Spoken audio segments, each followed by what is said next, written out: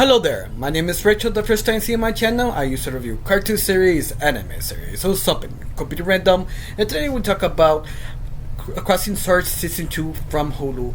And Season 2 was goddamn funny. It's one of those series that I was never sure what to expect, especially sort of puppetry or kind of claymation, that sort of a kind of mixed design. It just sort of surprises you kind of a little bit every time you watch the show, especially how nasty it really is. Season 2 amped up the nastiness, the things that I was not expecting, especially they're sort of, they're good with kind of Play-Doh and wooden puppets, and you just like, okay, it's not that nasty. At the end, they're just wood and just go, right?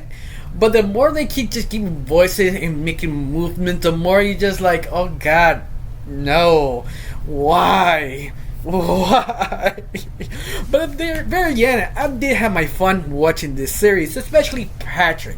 That season 1, a lot of people have some complaints of Patrick, that he feels sort of dry. He doesn't feel like a main character because he's just a good little boy. He never feels fully developed. He just fully trusts everybody. Season 2 is sort of the kind of second development of Patrick, that sort of, you kind of realize the whole kingdom is just screwed up, especially the king, and now he sort of becomes sort of nihilistic a little bit. Like, you don't notice it on the first episode, but the more episodes pass, the more you realize, yeah, he's starting to being a little bit unhinged, more comfortable, more messed up like the rest of the group, because he actually realized he's just sort of getting the mute of all the murder and messed up stuff around him, starting to be sort of sarcastic or nihilistic, very funny and unique. On top of it, he's still that I'm the book guy, I have all the rules exactly, but at the very end, he sort of developed even more as a strong character. He also made it more interesting.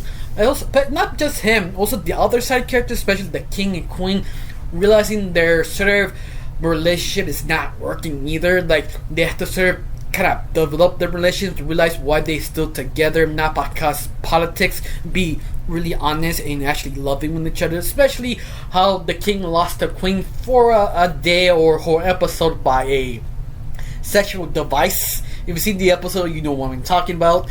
That she was a coma by a sexual device for a long period of time, and the king was so depressed they decided to make a sort of who would be the next queen or top model / competition to his wife. Wrecked up, he shot pissed off trying to kill him.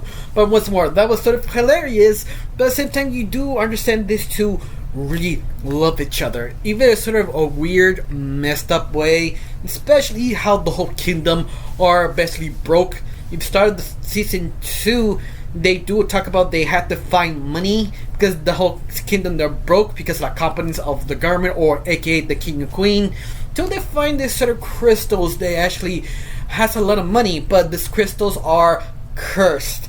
In the beginning, they don't really use this much, but the more you keep watching, the more you realize, yeah, they kind of are cursed, especially when it happened at the very end. That I will not spoiler, but at the very end, it's sort of interesting that you feel the heaviness if Patrick has, like, he was doing the right thing or not. Especially you realize midway the whole season that the old king came back once again and actually officially took over. And sort of compared to the old king, new king, that the old king knows what he's doing, but that's like a question mark, because the old guy is insane, because you don't know what you expect for him. He's just so unhinged compared to the new king, that he is a loser, unhappy, selfish SOB. But at least you have to admit, the new king knew what he was doing. He knew he's an asshole, but he just tried to do something, especially with Patrick right next to him, trying to push him to do the right thing. With the old king, you can't do that because the guy is just bonkers crazy. You just can't predict his sanity.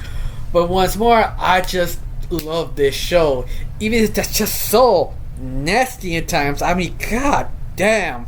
But besides that, I have a great time, especially all the development of all the characters.